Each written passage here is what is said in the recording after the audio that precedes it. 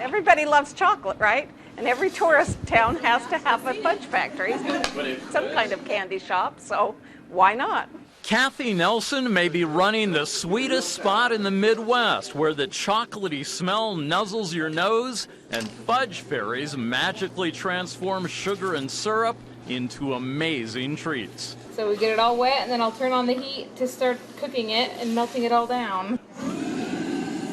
One stirs a copper cauldron full of cocoa creaminess with a paddle, while the other one runs laps around a table of melted chocolate, whipping it into a nutty fudge frenzy. So stand back. I do fling it sometimes.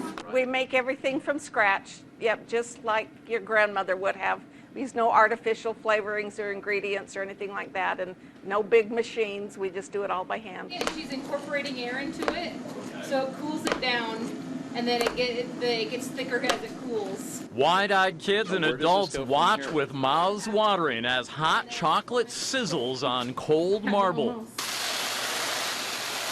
They are the Baskin-Robbins of fudge, 14 flavors, from strawberries and cream to German chocolate and a few you've never imagined.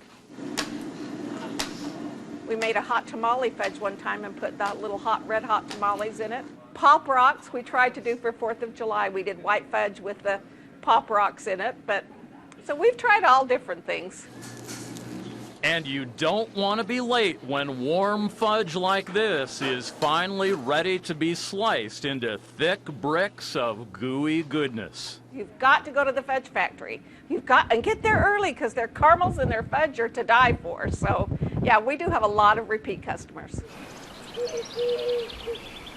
And everyone knows nothing pairs better with chocolate than fine wine. 5 minutes away through the giant cottonwoods, 17 acres of grapes hug the hillsides at Baxter's Vineyards. Tiny little buds blowing in the breeze now.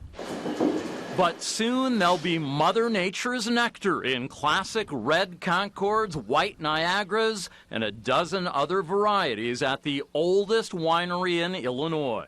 These were actually used at one time. These are aging casks. Owner Kim Orth can trace the roots back to her great-great-great-grandpa Baxter, harvesting the grapes, picking apples, and winning wine awards before Abe Lincoln ever went to the White House. The big one here holds 2,985 gallons. That's a lot of wine. That's a lot of wine.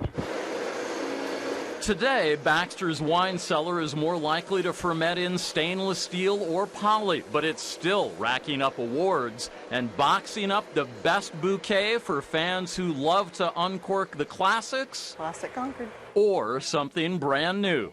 They do tend to drink fruit wines. We have a new series, Norby series is what we call it, with fruit wines in them. We do have some drier wines that I think we do really well. Not just a great place to sip, you can spend the night. The historic Nauvoo Grand bed and breakfast is right across the street, with elegant rooms, ornate ceilings, and unique furnishings.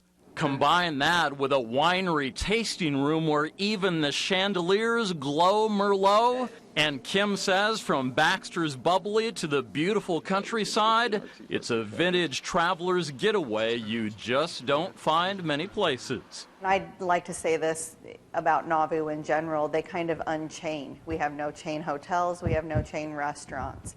And it's just a different type of experience, and it is relaxing and very quiet. We are road tripping on the sweet side of Nauvoo, Illinois. I'm Matt Hamill.